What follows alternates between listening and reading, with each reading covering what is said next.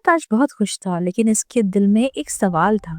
وہ اپنی نانی اماں کے پاس گیا اور بولا، نانی اماں، ہم تو ہر سال 14 اگست مناتے ہیں، جھنڈیاں لگاتے ہیں، نعرے لگاتے ہیں، لیکن ہمارے ملک میں کچرا بھی بہت ہے، بجلی بھی نہیں آتی اور لوگ لڑتے بھی بہت ہیں، کیا یہ آزادی ہے؟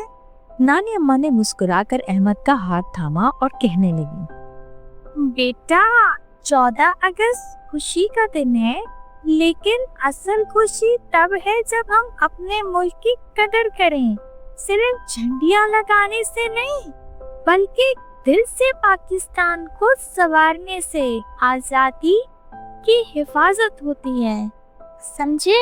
احمد نے حیرت سے پوچھا، مگر نانی اماں، میں تو صرف بچہ ہوں، میں کیا کر سکتا ہوں؟ نانی اماں نے کہا، بیٹا، جب تم اسکول میں دل لگا کر پڑھتی ہو، کچرا زمین پر نہیں پھینکتے، جھوٹ نہیں بولتے اور دوسروں کی مدد کرتی ہو، تو تم پاکستان کو مضبوط بنا رہی ہو۔ اگر سب بچے اور بڑے کی ذمہ داری پوری کریں تو پاکستان ایک خوبصورت طاقتور ملک بن سکتا ہے۔ اسی وقت احمد کے ماموں بھی آ گئے۔ وہ بھی کہنے لگے، ہم نے آزادی قربانی سے پائی ہے، لیکن اگر ہم نے اس کی قدر نہ کی اور ہر کوئی صرف اپنا فائدہ سوچنے لگا تو یہ ملک کمزور ہو جائے گا اور پھر دوسروں کے غلام بن جائیں گے۔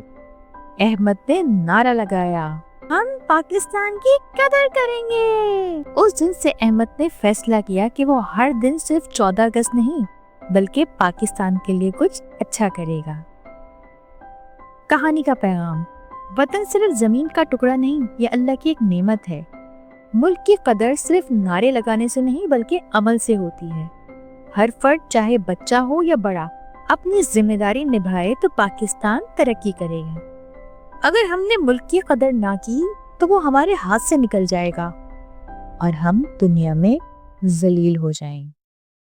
ایسی مزیدار کہانی کے لیے چینل کو سبسکرائب کریں اور اپنے پیاروں سے شیئر کریں۔